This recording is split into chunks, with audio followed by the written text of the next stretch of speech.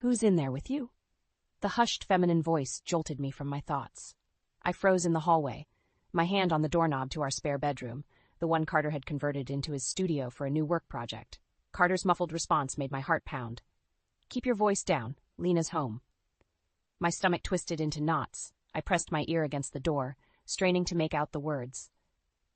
Can't keep lying to her, the woman whispered. It's not fair. Not fair? Who was this woman? And why was she alone with my husband behind a locked door? Carter's reply made my blood run cold. Just a little longer, babe. Let me figure out how to handle this. Babe? Did he just call her babe? White-hot rage flooded my veins as realization struck me like a truck. My husband, my Carter of 11 years, was having an affair. With who? And for how long? I backed away from the door, my heart pounding as I rushed to the living room and sank into the couch. Tears burned in my eyes as I replayed the overheard conversation. The lies, the secrecy, the endearments, it all made sickening sense now. How could this be happening? We had the perfect life. Carter's software career paid well, allowing me to open my dream boutique in our idyllic little town. We hosted barbecues, belonged to book clubs, the whole suburban dream. Sure, we hit a dry spell after deciding kids weren't for us, but we still loved each other, right? Anger quickly displaced the hurt. This was a knife to the back from the man I trusted most. Carter betrayed me. Our marriage vows, our perfect life. All for what? A cheap thrill? No. I wouldn't go down as the clueless wife while he flaunted his infidelity. Squaring my shoulders, I began formulating a plan to catch him red-handed, to expose his lies and force him to face the consequences. This weekend we were hosting our annual neighborhood dinner party. The whole community would be there. Friends, Carter's coworkers, my family. Perfect timing to bring this facade crashing down. My heart raced as I envisioned it all unfolding. Our dinner guests merrily sipping wine when suddenly I'd burst into that room, revealing Carter's tawdry affair for all to see. The shock on his face as the illusion shattered, forced to confront his sins in front of everyone. A delicious sense of rage and vindication washed over me. My anger would be justified, his humiliation absolute. The perfect karmic reversal for his crimes against me. A noise from the hallway snapped me back to the present moment. My gaze landed on the studio door, still firmly shut. I had 4 days until the dinner party to gather all the proof I needed. Carter would soon learn that while he held the power to demolish everything I held dear, I now had the power to demolish him. And I wouldn't stop until he paid a reckoning. Over the next few days, I watched Carter with hawk-like scrutiny, seeking any shred of evidence to confirm my suspicions. My once rose-tinted view of our marriage had shattered, the illusion of our perfect life lying in irreparable pieces around me. Carter maintained an aura of feigned normalcy, but I caught the little things. His phone constantly buzzing with texts he tried to hide, the suspicious hours he spent holed up in his studio. I noticed lingering perfume scents when he came home late from work, a brand I didn't recognize. Monday night, we settled in to watch a movie as usual. I pressed into his side, desperate to feel that old spark of intimacy and connection. But his arm lay stiffly around me, his gaze constantly flickering to his phone. "Who keeps texting you?" I asked, unable to mask the accusatory tone. Carter startled, quickly thumbing his phone dark. "Oh, just some work stuff. No big deal. At 9 o'clock on a Monday?" He shrugged, not meeting my eyes. "Software developers stay plugged in round the clock, babe. You know that?" There was that casual endearment again, the same one he'd used with his mistress. A bitter bile rose in my throat, and I pulled away from his embrace. "Don't babe me, Carter," I snapped. "I'm your wife, not some girl you're trying to charm." His head whipped towards me, eyes wide with surprise at my sudden hostility. "Where's this coming from?" he asked, trying to gather his composure. "What's gotten into you lately?" I opened my mouth, every biting remark and accusation poised on the tip of my tongue, but his phone buzzed again, and the words died on my lips as fury gripped me once more. "You know what?" I seethed, rising abruptly from the couch. "I can't do this right now. I'm going out." "Lena, wait." But I stormed from the room, snatching my purse and keys on the way out. I needed space to breathe, to process the cyclone of emotions ripping me apart inside. The anger, the hurt, the urge to lash out and him scream every vile thing I'd witnessed. I found myself in front of Maya's place, my best friend pulling open the door with a look of surprise. One glance at my face told her everything, and she quickly ushered me inside with a sympathetic embrace. Over glasses of wine, I recounted my suspicions about Carter's affair, The overheard conversation, the strange hours, the obvious deceptions. Maya listened without judgment, her warm demeanor providing a balm to my turmoiled soul. "You have to confront him," she stated firmly when I finished. "Make him admit to what he's done." I shook my head, downing the rest of my wine. "I can't, not until I have proof I can throw in his smug, lying face when the time is right." Maya's eyes widened, but she gave a slow nod of acceptance. "What did you have in mind?"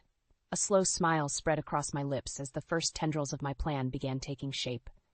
"Let's just say Carter's going to receive a very public comeuppance." The next morning, I awoke with a pounding headache but steely resolve. Maya's words echoed in my mind. Confront him. Make him admit it. I needed undeniable proof of Carter's infidelity to expose his lies once and for all. I spent the day scouring our house like a detective, searching for any shred of evidence while Carter was at work. My frustration mounted as the hours ticked by empty-handed. He was too careful, too calculating in his deceit. My brief elation came that evening when I found his laptop open, a browser window still displaying his email inbox. Bingo. I scrolled through the messages, my breath catching at the obvious signs of an affair. Emails to hotel reservation desks for romantic getaways, online receipts for expensive jewelry, the type you buy for someone you're romancing, not your wife. My heart pounded as I hit pay dirt. Email exchanges with a Jenna discussing their next rendezvous, filled with sickening pleasantries and innuendo. My vision blurred with rage-filled tears. This Jenna was the woman from the studio, the one he called Babe. She worked with him, according to the emails, some younger, petite redhead who caught his wandering eye. The laptop clattered to the table as I jolted upright. Carter's car rumbled into the driveway, the sound of his arrival slicing through my haze of anger. I hastily wiped my eyes and took a steadying breath as the front door opened. "Hey, babe, I'm home," he called in a disgustingly jovial tone. I rounded the corner, fixing him with my most indignant glare. "Don't you, babe?" "Me, you piece of shit," I cedeled, my voice dripping with venom. Carter stopped short, his easy smile melting in an instant. "Whoa, what's going on?" "What's going on?" I laughed bitterly, gesturing to his laptop. "How about you tell me, Carter? Who's Jenna?" If I had any doubts before, his pasty, clammy expression confirmed it all. Panic flashed across his features as he struggled for an excuse. Any excuse. "Jenna, from the office? She's just... We're working on a big project together." "Save it," I cut him off, holding up a hand. "I saw the emails, the hotel receipts, the jewelry, everything. Your lies are over." Silence hung thick in the air as my venom-laced words washed over him. He opened and closed his mouth like a gasping fish, his eyes wild and desperate. Inwardly, I trembled with vindication. Finally, here it was, the sweet, satisfying confession of his betrayal laid bare. No more hiding, no more denials. He knew I possessed irrefutable proof. Carter suddenly straightened, his expression transitioning from panic to an oily calmness that sent chills down my spine. "Lena," he began in a dangerously low tone, "you don't understand. Don't even try explaining this away." I erupted, all semblance of control shattering. "How could you do this? To me, to us?"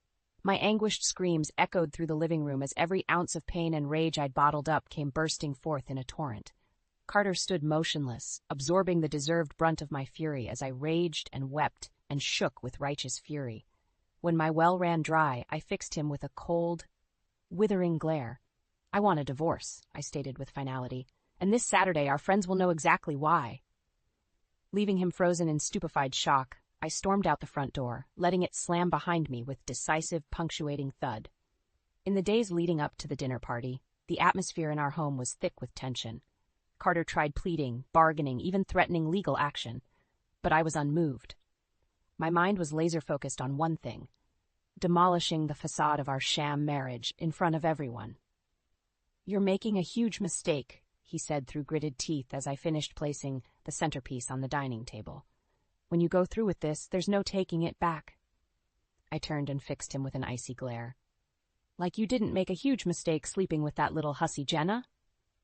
Carter flinched, and I felt a surge of dark satisfaction at inflicting even a fraction of the pain he'd caused me. Shoving down any lingering guilt, I pressed on. "You did this to our family, Carter, to our friends, our community, the life we built together. You think your affair is just going to blow over quietly?" I let out a humorless laugh. "You arrogant bastard." His jaw clenched as his eyes narrowed dangerously. "Watch yourself, Lena. You have no idea what you're bringing down on us." Is that a threat? I challenged, lifting my chin defiantly. Because I'm not scared of you or your little office fling anymore. Carter opened his mouth but seemed to think better of it, snapping his jaw shut with an audible click.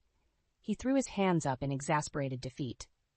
Fine, go ahead and make a scene like the unhinged psycho you've become, but don't say I didn't warn you. With that parting shot, he stormed out of the room, leaving me to fume in silence. My fury burned white-hot. How dare he play the victim after his sickening betrayal? He's the one who shattered my reality and destroyed everything I held dear. If anyone was unhinged, it was him and his sick indiscretions. A light rap at the front door jolted me from my fuming thoughts. I swung it open to find my brother-in-law Ethan, cradling a pastry box from our favorite local bakery. Carb loading before the party tomorrow? He joked, handing me the box. I managed a tight smile, grateful for the brief distraction as I ushered him inside to the kitchen. We chatted about small-town gossip and caught up on family news as I plated the assortment of baked goods. So, Ethan ventured after a lull, you want to tell me what's really going on with you and my jackass brother? I froze, the plate slipping from my fingers and shattering on the tile floor. Ethan held up his hands in a placating gesture. Hey, I'm not blind. I've noticed the cold shoulders and awkward silences. Carter's moping around like someone shot his dog. He arched an inquisitive brow. All I'm saying is, if you need an ally in your corner tomorrow, I'm happy to play bad cop. A knowing look passed between us, and it was all I could do to hold back the tidal wave of emotion that threatened to burst free. Here was someone on my side, ready and willing to have my back against the smug snake I'd married. Sucking in a sharp breath, I looked him square in the eye. You might just get your chance at that. Make sure you've got a front-row seat tomorrow night. Ethan's eyes widened fractionally, but he gave a solemn nod of understanding. Satisfied I had an unexpected ally, I set about my final preparations for the main event tomorrow. The reckoning Carter had devastating coming. The dining room was a warm glow of candlelight and lively chatter as our guests arrived. I plastered on my brightest hostess smile, embracing friends and making introductions as if this were any other neighborhood soiree. But my nerves were frayed taut as a wire, my heart jackhammering with the knowledge of what was to come. Every time the studio door came into view, righteous fury flared bright in my chest. Carter worked the room with his usual effortless charm, laughing and mingling as if he didn't have a scandalous secret clawing at the fragile seams of our life. I watched him accept congratulatory pats on the back from his colleagues, bile rising in my throat. They had no idea the depravity of the man they praised. The doorbell chimed, and my blood ran cold as Carter moved to answer it. There she was, the home-wrecking slut in a tight red dress, hanging on his arm with a salacious grin. "Jenna, this is my wife Lena," Carter said with sickening nonchalance. "I don't think you two have met." The redhead batted her heavily mascaraed eyes at me with mock innocence. "Lena? Hi. Carter's told me so much about you. I'm one of his colleagues from work." My molars ground together as I rattled off some vacuous pleasantry in return, fighting the urge to slap the smug look off her face. How dare this bimbo prance around and act so coy? She knew exactly what kind of depraved affair she'd engaged in. "Well, let me get you both something to drink," I chirped with transparent brightness, whisking them off towards the kitchen. My gaze landed on Maya, looking like she'd witnessed a train wreck with her jaw hanging open. I gave her a subtle shake of my head, a silent promise that this was only the opening act. Ethan sidled up beside me, mouth set in a grim line as he cast a dark look towards the kitchen. "Want me to get things started?" "Not yet," I murmured back, willing my thrumming pulse to steady. "Let them drink, mingle, get comfortable. I want an audience for the main event."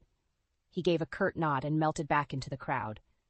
I took a fortifying breath and slapped my simpering smile back into place. Over the next excruciating hour, I made my rounds engaged in vacuous small talk, all while the burning resentment inside me swelled to a roaring inferno. Every time I glimpsed Carter's arm draped casually around Jenna's waist, saw him whispering in her ear with shameless intimacy, my jaw clenched harder. Finally, the moment arrived in the form of Ethan loudly clearing his throat and tapping his beer bottle to get everyone's attention. "If I could have everyone's eyes for a minute," he announced, casting a meaningful look in my direction. "My lovely sister-in-law has an announcement she's been looking forward to making." A hush fell over the assembled guests, and dozens of eyes swiveled expectantly towards me. I felt Carter tense beside me, his pleasant mask slipping as nerves flickered across his features. This was it. The plunge into the proverbial cold water with no going back. Drawing myself up to my full height, I fixed the room with my most brilliant, venomous smile. "Thanks, Ethan. In fact, I do have a special announcement to make," I began, my words laced with sugary malice. "But first, I was wondering if Carter could show us all into the studio room. I believe we're all in for a revealing experience in there." A chorus of confused murmurs rippled through the crowd as I turned an expectant look on my slack-jawed husband. He stared back at me, his face draining of color as he registered the razor-sharp challenge in my gaze.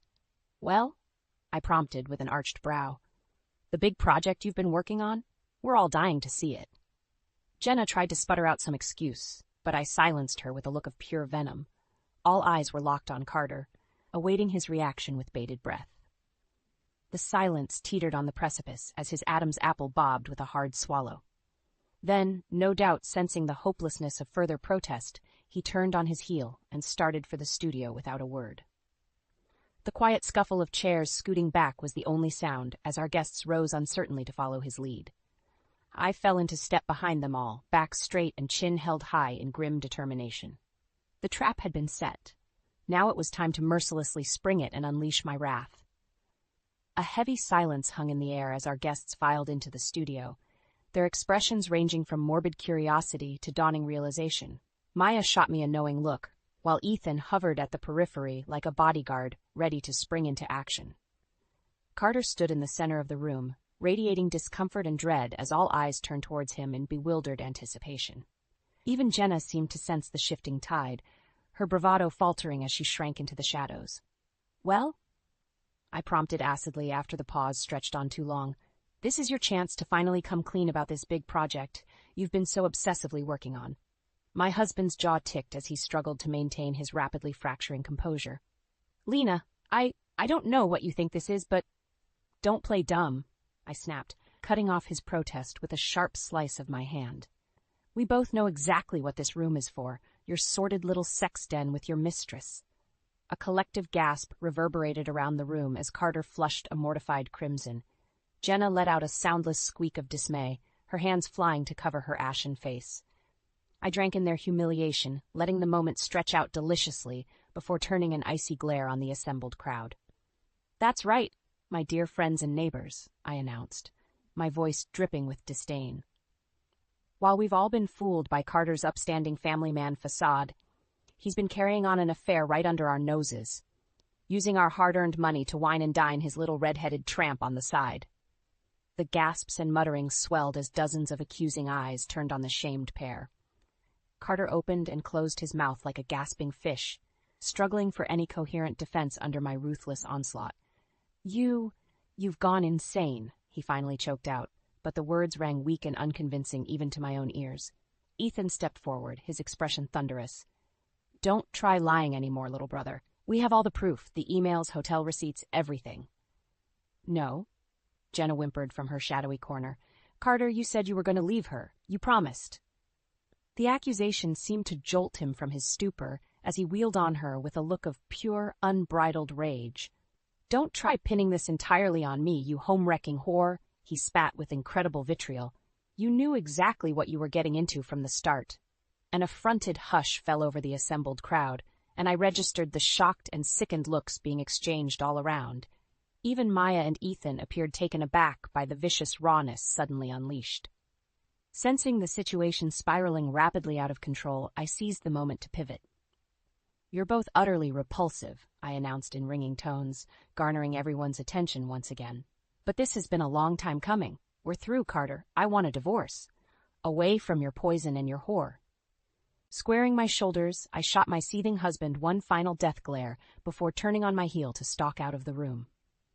Ethan fell into step beside me as the tumult of shock and chaos erupted in our wake. Anguished protests from Jenna, Carter alternating between apoplectic rage and desperate pleading, clamorous voices raised in disbelief from the crowd. With a defiant lift of my chin, I refused to so much as glance back as I exited the studio and then our home, leaving the firestorm of consequences blazing in my wake. The righteous satisfaction sang through my veins with every step. I did it. I stripped away the deception and exposed the gruesome truth, publicly eviscerating my wretched husband and forcing him to face the cataclysmic results of his actions. He wanted his sordid affair and depraved thrills. He got them along with alienation from his friends, family, and entire life as he knew it. It was only what a monster like him deserved. As Ethan and I strode into the fading twilight, I felt a profound, soaring sense of liberation and renewal surging within me. The shackles of lies and emasculation were shattered. The dead weight of my disgraceful marriage sloughed off like a serpent's skin. For the first time in longer than I could remember, I was free. My soul found its breath again as I stood ready to embrace the journey of reclaiming myself, one emboldened step at a time. The next few weeks passed in a whirlwind of chaos. News of Carter's despicable affair detonated like a bombshell through our once tight-knit community. Suddenly, I found myself the soul-bearing protagonist at the center of a salacious scandal, the topic of hushed scrutiny and gossip wherever I went. Overnight, my husband became a social pariah, shunned from his usual haunts, disinvited from neighborhood gatherings, his workplace reputation in tatters. Jenna didn't fare much better, resigning from her job in disgrace after an onslaught of vicious harassment from disgusted coworkers. I, on the other hand, found myself buoyed by a groundswell of support and empathy. Friends and acquaintances rallied around me, offering shoulders to cry on or ears to vent as I navigated the painful process of divorce proceedings. Even strangers approached me with words of encouragement or shared stories of their own marital betrayals, tacitly commending my bold handling of the situation. Through it all, Carter remained unrepentant, alternating between bouts of self-pitying anger and hollow pleading for another chance. A few times he tried to corner me with bitter recriminations, but I simply stared through him with a hollow detachment that seemed to unnerve him more than any heated argument.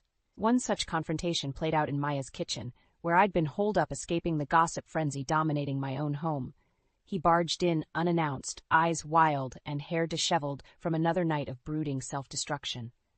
"Are you happy now, Lena?" he slurred, a whiskey bottle sloshing in his trembling hand. "You got what you wanted. You ruined my life completely. Was your sick revenge really worth destroying everything we had?" Fighting the instinct to recoil from his whiskey-tinged belligerence, I simply arched an incredulous brow. "I destroyed everything we had? Are you delusional?" I scoffed with biting condescension. "I didn't lift a finger to bring this misery on us. You obliterated our marriage the second you stepped out on your vows with that gutter-snipe Jenna." Carter flinched as if struck, but I pressed on with ruthless dispassion. "Look at yourself.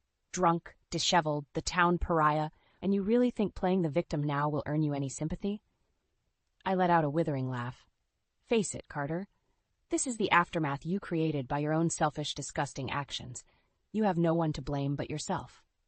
A muscle ticked in his clenched jaw as my brutal words bored into him like sharpened stakes. For a fleeting moment, I caught a glimpse of the man I married, flickering in his defeated eyes, ashamed, regretful, realizing the gravity of his misdeeds. But the instant passed as quickly as it arose, smothered again by an avalanche of bitterness and denial. "You're one to talk about disgusting and selfish," he bit out in a gritty snarl. "The way you humiliated me in front of everyone, relished in tearing me down like that, you're just as bad as me, maybe even worse." My lips peeled back in a cold smile, entirely unfazed by his petulant lashing out. "You're right, Carter. I did take a certain perverse satisfaction in exposing your deceit so publicly. In demolishing the philandering liar you revealed yourself to be in front of everyone who respects you." I pinned him with a look of crystalline contempt. "But unlike your betrayal, mine was a justifiable act of vengeance against unforgivable crimes. You'll just have to find a way to live with the unvarnished truth of the pathetic snake you are." With that parting blow, I brushed past his towering form and exited the kitchen without a backwards glance. Carter's anguished roar of incoherent rage echoed behind me, but I felt nothing. No remorse, no fear, only an implacable sense of resolution. The man responsible for upending my life with his selfishness was ousted, leaving only the prospect of reclaiming my independence and sense of self-worth. After enduring his unfathomable betrayal, emerging on the other side felt remarkably undaunting. In fact, I strode forward with my head held high, energized by the prospect of unburdening myself from that wretched anchor of a marriage and rediscovering who I was without it weighing me down. Let the disgraced snake writhe and lash out in the ashes of the life he torched. I was too busy rising from those same ashes like a refined, emboldened phoenix carving an audacious new path. In the weeks that followed, I focused all my energy on regaining my sense of self and purpose. With the divorce proceedings underway, I was determined to reclaim the life Carter's betrayal had so violently derailed. The boutique was my first priority. I'd allowed it to drift onto the back burner amid the chaos and hurt, but now it would be my phoenix rising from the ashes of deception. With renewed zeal, I attacked the challenges that had stagnated it before, revamping inventory, implementing new marketing campaigns, reconnecting with my customer base. It was invigorating, empowering work. Every small success renewed my sense of independence and self-worth that Carter's infidelity had battered. No longer was I just the scorned wife at the center of a sordid scandal. I was a tenacious, resourceful businesswoman forging her own path. My friends rallied around me every step of the way, lifting my spirits with girls' nights and offering extra hands whenever I hit an obstacle. Maya was a grounding force, keeping me focused whenever I felt overwhelmed or started spiraling into anger over the cratered state of my marriage. "Let that soon-to-be ex-snake wallow in his mess," she'd say whenever I vented about Carter's latest drunken tirade or attempt to beg for forgiveness. "You're a damn phoenix, Lena. It's time to show this town what you're truly made of." Her words fueled me, becoming a mantra I clung to whenever self-doubt tried to creep in. No more would I be defined by my shattered marriage or the betrayal that turned my life upside down. I was taking my identity back piece by piece, rebuilding it from a stronger, more resilient foundation. Of course, Carter's pathetic, groveling attempts continued unabated, each one driving home the bullet I dodged by being rid of him. Once, he cornered me outside the boutique after close vodka fumes wafting off him in thick waves. "You've made your point, okay?" he slurred, desperation cracking his bravado. "I get it. I'm scum. I was weak. I threw it all away for a fling. But can't you see how much I regret it? How much I still love you?" I stared at him for a long beat, utterly unmoved as shame and pleas warred across his haggard features. "Are you serious right now?" I finally said, unable to mask the disdain in my voice. "You stroll up here half in the bag, expecting pretty words will undo the depraved, humiliating hell you put me through." His face contorted in anguish, but I pressed on with scathing contempt. "Wake up, Carter. Whatever twisted idea of love lives in that shriveled soul of yours is diseased, unrecognizable. Real love doesn't lie, cheat, and destroy everything it vowed to honor and protect." I shook my head slowly, mustering a last glimmer of pity for the husk of a man before me. "You have no one to blame for being here but yourself." Leaving him frozen on the sidewalk, I pivoted on my heel and strode away, heart swelling with self-possession and resolve. This was my path now, built on my own strength, beholden to no one's delusions or manipulation. The old Lena may have gotten lost in the rubble of my disastrous marriage, but she was long gone. In her place emerged a far más formidable woman, emboldened, self-assured, and wholly reauthored by the hardships she endured. I cut Carter's toxicity out like a cancer, emerging from the darkness of betrayal and into the radiant, empowered light of reinvention. With the boutique regaining its stride and my spirit renewed, I turned my focus back to my roots in the community. I rejoined civic organizations, attended neighborhood gatherings, reconnected with the myriad friendships and support system I'd allowed to lapse during my marital turmoil. At each turn, I was met with open arms, admiring words about my poise and resilience in the face of unthinkable heartbreak. What was once a source of pariah gossip had become a rallying inspiration, a woman who refused to be victimized, who rose up and reclaimed herself with valor and tenacity. Carter's frequent, increasingly desperate attempts to win me back after flaming out were met with polite but steely indifference. I was a woman reimagined, reinvented. The Lena he shattered was reborn into a sovereign force, answering to no one's script but her own. And as that sovereign spirit continued blossoming with each invigorated breath, my horizons stretched out limitless and ripe for the taking. Whatever lay ahead, I would seize it by the reins with both hands and all the brilliantly uncompromised strength I reclaimed.